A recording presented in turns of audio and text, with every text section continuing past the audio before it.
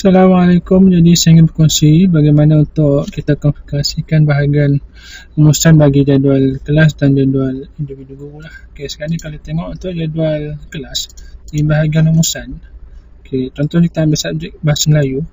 Okey, sepatutnya walaupun sepatutnya guru yang sama ni sistem perlu menggabungkan lah.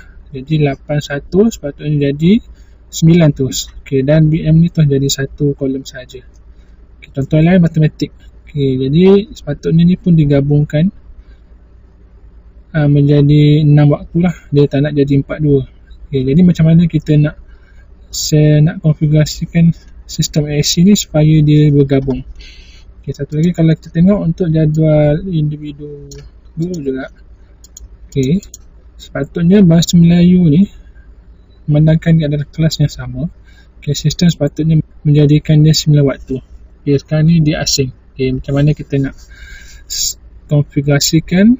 Okay, pertamanya di bahagian menu atas kita perlu klik option, klik customize the software.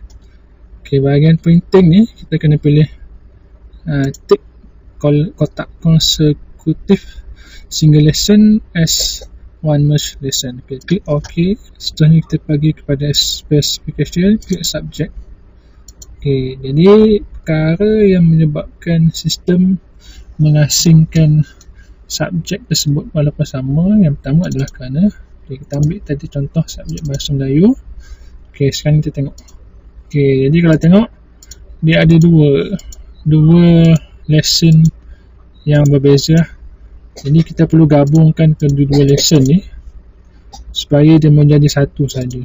Dan yang kedua, kalau kita tengok matematik ni walaupun sama, dia ada dua subjek matematik. Jadi kita kena gabungkan dia menjadi satu.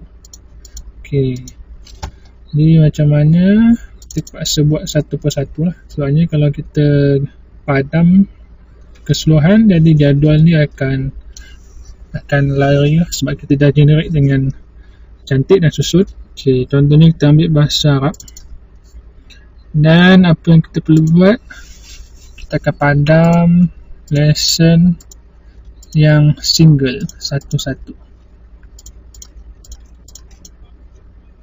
Remove.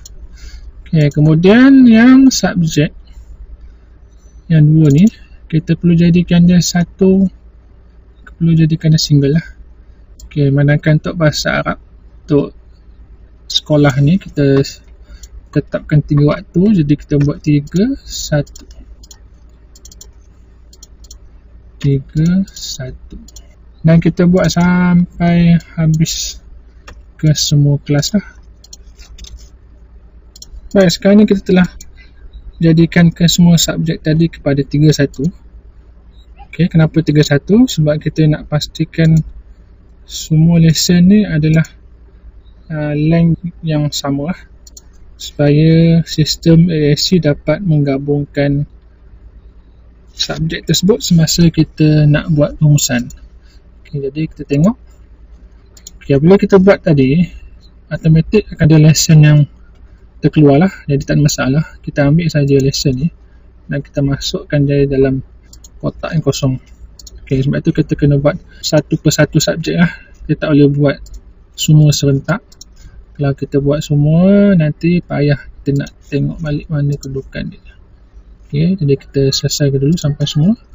Habiskan ke semua lesson yang terkeluar ni, kita masukkan semula ke dalam kotak jadual kelas lah. Okay, jadi kita dah siap masukkan semula lesson yang terkeluar tadi ke dalam kotak jadual. Jadi kita tengok hasil dia. Kita pergi ke main, print preview. Kita pergi ke jadual kelas lah. Okay, jadi kita tengok subjek Bahasa Arab tadi. Okay, ini Ustaz Zanif. Okay, tadi dia adalah 1-2, sekarang ni dah gabung jadi 3. Okay, jadi sistem telah berjaya menggabungkan lah.